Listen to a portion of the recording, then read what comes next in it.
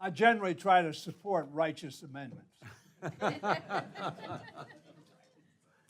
And so I compelled to support this amendment. And Mr. Clyde, I've always impressed how much research you do. You with me? I'm complimenting you. I know. Ms. Wasserman Schultz is distracting. I understand that. But the fact of the matter is, you always do your research. And I wish the research would make the difference. But we know it doesn't. This is about politics. This is about fear of the public thinking that we have our hand in the cookie jar. Let me suggest to you, the more times we, and this will be the 16th time, we stop putting a hand in the cookie jar. The object of the reform in 1989 was to make sure that members weren't doing that, because you're absolutely right. I never took payment for speeches. I thought that was a not too well-designed bribe. But I have always supported making sure that at least we stayed even. That's all this COLA is. This is not a raise. Your purchasing power, if you were here as long as the distinguished gentleman, former chairman, Mr. Rogers, and I have been here, has been reduced about 45% since 2009. Now, you've noticed your grocery prices haven't been frozen. Your rent hasn't been frozen, here or at home. Now, maybe your mortgage has been frozen because you've had it for a long time. But the fact of the matter is, two things are going to occur. First of all, people won't be able to run for Congress. Now, I want to tell the public, who presumably may be watching this, that I believe a large number of members on the other side of the aisle from me support this COLA adjustment. Why? Because they've told me so. Now, I was the number 2 leader for 20 years. And I have not kept track of the number of members from across the aisle who came to me and said, "You're going to be able to take care of this year?" And very frankly, for a lot of years, I did. Not unilaterally, however.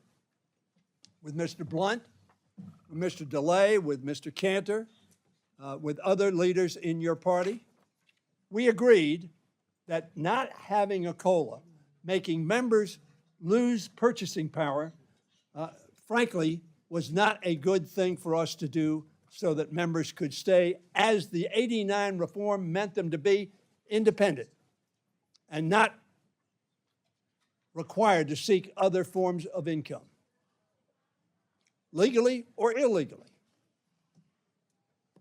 And I am so pleased that Mr. Clyde, I have an amendment to do the same thing. I'm not going to offer it because we're going to resolve it in this issue. Now, Mr. Valadeo, I understand your problem. So we understand one another. And I'm going to be honest. I tell people on my side, if you've got a tough race, don't vote for this. And the reason we've been able to do it, both sides did that.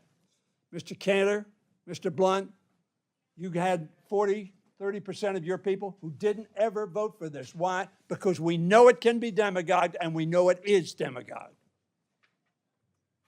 So I tell people on my side, do not vote for this because it will be a big issue in your campaign. But there are a majority on both sides whom that will not affect. Not because we don't stand for election, because I've been for this since the day I got here.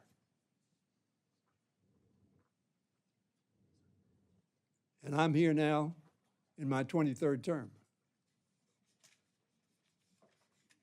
So what we're going to decide is a political question of whether we have the courage and the honesty, the intellectual honesty not to come to Hoyer or any other leader in the House and say, boy, I hope you can get this done. I can't vote for it, of course, but that's what this issue is about. And I understand some of you have tough issues. Frankly, both sides go after the moderates every year. why we become more and more polarized.